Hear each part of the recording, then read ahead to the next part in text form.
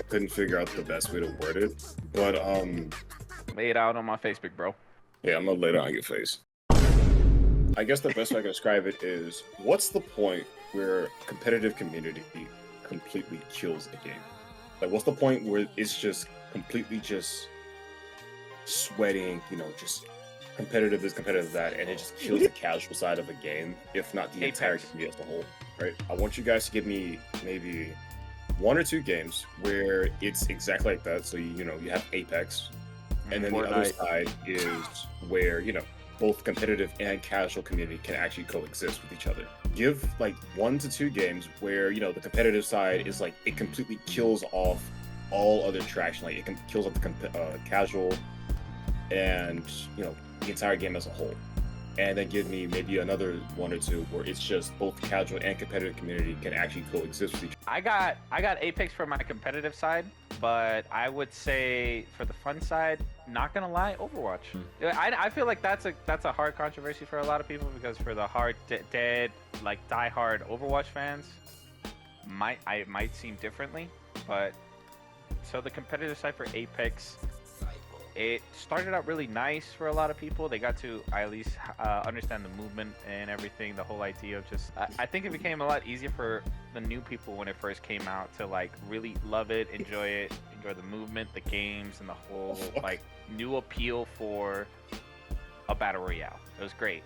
But then the competitive side started to overtake in different ways where cheaters started getting involved, hacking all of this and that. Then when the actual, like, I guess, competitive scene really came in, like, huge tournaments where it's like sponsored by it's sponsored by these huge competitive EA companies and shit like that, funding it like with millions of dollars as a cash prize. Like they wanted to aim for everybody to play and not the competitive scene to be like so Welcoming.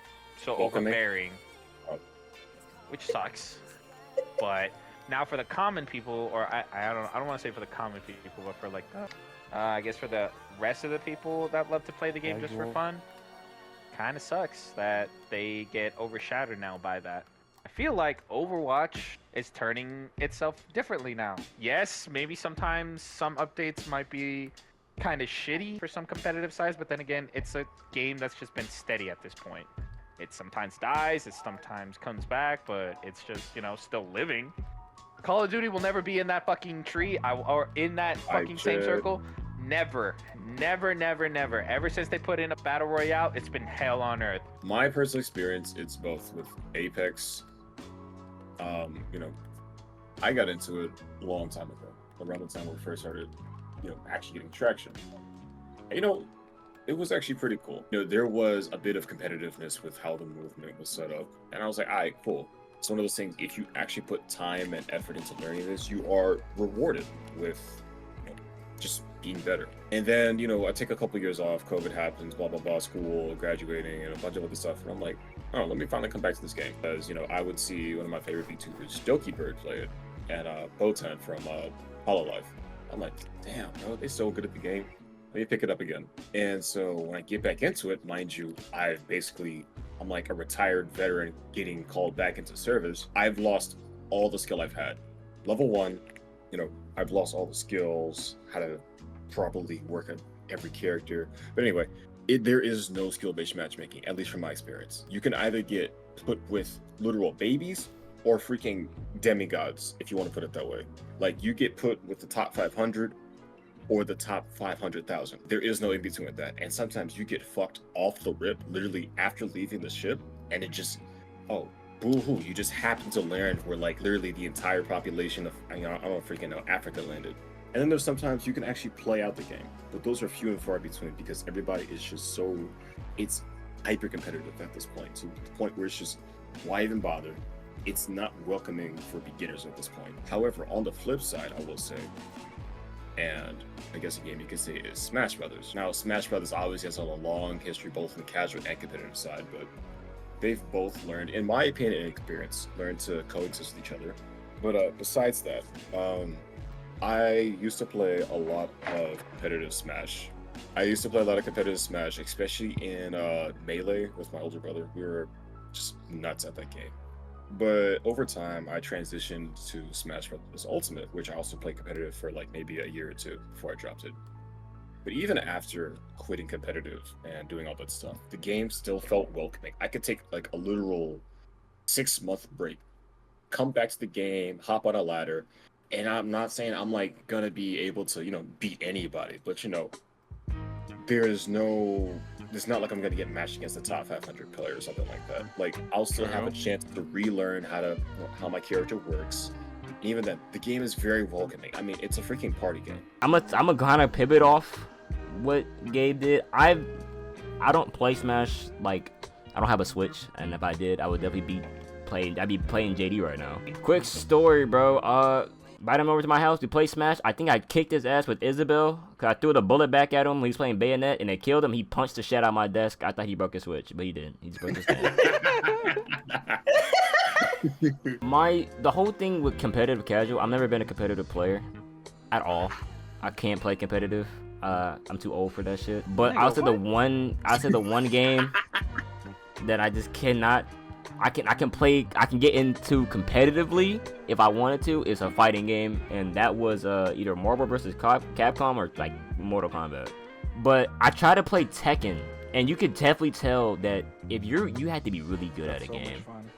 You had to be really good at Tekken to have fun. Cause I was in the game, the training mode for like 5 hours learning. I forgot to say her name, Azucena. And I could not. I got my ass handed to me online. Competitive and casual draws a line when I feel like you have to put so much hours into a game to where you become so great at it that it's almost damn near impossible for you to kind of regress in any way. Where casual, if I want to go play Tekken casually, I'm getting my ass kicked. There's no way. I have to be somewhat good at a game to be able to even have fun or to win on that game. But I would definitely say another game that is good for casual. What is it?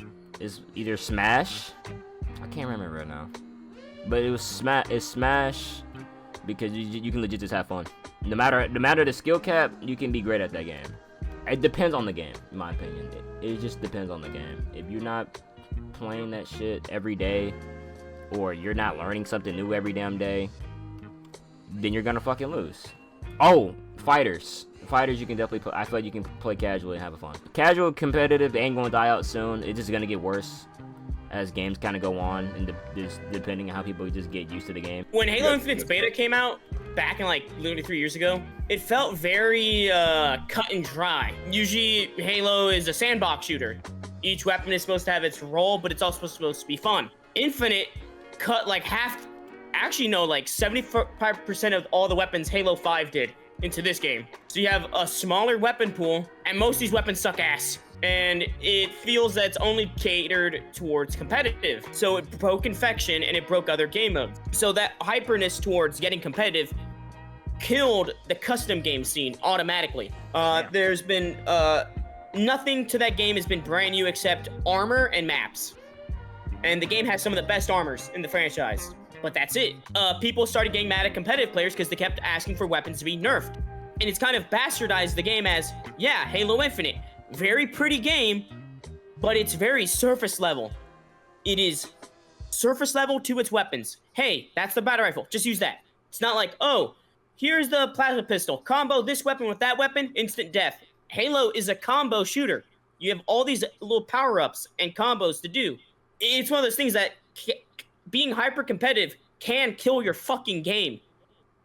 It can also make it lose its identity.